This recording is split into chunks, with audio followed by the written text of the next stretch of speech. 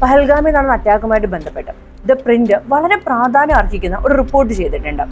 പഹൽഗാമിൽ attack നടക്കുന്നതിന് കുറച്ച് മാസങ്ങൾക്ക് മുൻപ് മുതൽ, കൃത്യമായി പറഞ്ഞാൽ 2024 ജൂൺ മുതൽ US-ലെ സ്പേസ് ടെക് കമ്പനിയായ മാക്സാർ ടെക്നോളജീസിന് പഹൽഗാം റീജിയന്റെ ഹൈ റെസൊല്യൂഷൻ ഇമേജസ് ചോദിച്ചുകൊണ്ട് ഓർഡേഴ്സ് കിട്ടുന്നു. ഏറ്റവും കൂടുതൽ ഇമേജസിന്റെ ഓർഡർ വന്നിരിക്കുന്നത് പഹൽഗാമിൽ അറ്റാക്ക് നടക്കുന്നതിന് ഒരു മാസം മുമ്പ് ഫെബ്രുവരിയിലാണ്. മാർച്ചിൽ ഒരു ഓർഡർ പോലും പ്ലേസ് ചെയ്തിട്ടില്ല. അതിനുശേഷം വരുന്നത് പഹൽഗാമിൽ അറ്റാക്ക് നടന്ന ഏപ്രിൽ 22-ന്, കൃത്യം 10 ദിവസം മുമ്പ് ഏപ്രിൽ 12-നാണ്. അതിനുശേഷം വീണ്ടും ഓർഡറുകളൊന്നും പ്ലേസ് ചെയ്യപ്പെട്ടില്ല. പിന്നെ പ്ലേസ് ചെയ്യുന്നത് ഏപ്രിൽ 24-നും 29-നും, അതായത് പഹൽഗാമിൽ അറ്റാക്ക് നടന്നതിന് ശേഷം. ഏപ്രിൽ 29-ന് ശേഷം പഹൽഗാമിന്റെ സാറ്റലൈറ്റ് ഇമേജ് ചോദിച്ചുകൊണ്ട് ഒരു ഓർഡർ പോലും പ്ലേസ് ചെയ്തിട്ടില്ല.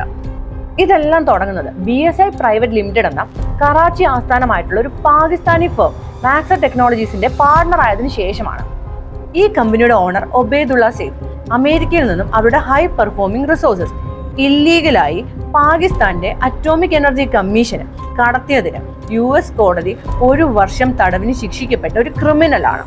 മാക്സാർ പോലൊരു ടെക്നോളജിക്കൽ ഫേം ഒബൈദുള്ള സെയ്ദിനെ പോലെ ഒരു ക്രിമിനൽ റെക്കോർഡുള്ള ഒരാളെ ഒരു ബാക്ക്ഗ്രൗണ്ട് ചെക്കും ചെയ്യാതെ ഇവരുടെ പാർട്ണർ ആക്കി എന്ന് പറയുന്നത് അത്ഭുതമാണ്. പഹൽഗാമിലെ അറ്റാക്കിന് വേണ്ടിയിട്ടാണ് ഈ സാറ്റലൈറ്റ് ഇമേജസ് ഓർഡർ ചെയ്തതെന്ന് ഉറപ്പിച്ചു പറയാനാവില്ലെങ്കിലും ഇതൊരു പോസിബിലിറ്റി ആണെന്നാണ് പ്രിന്റ് റിപ്പോർട്ട് ചെയ്യുന്നത്.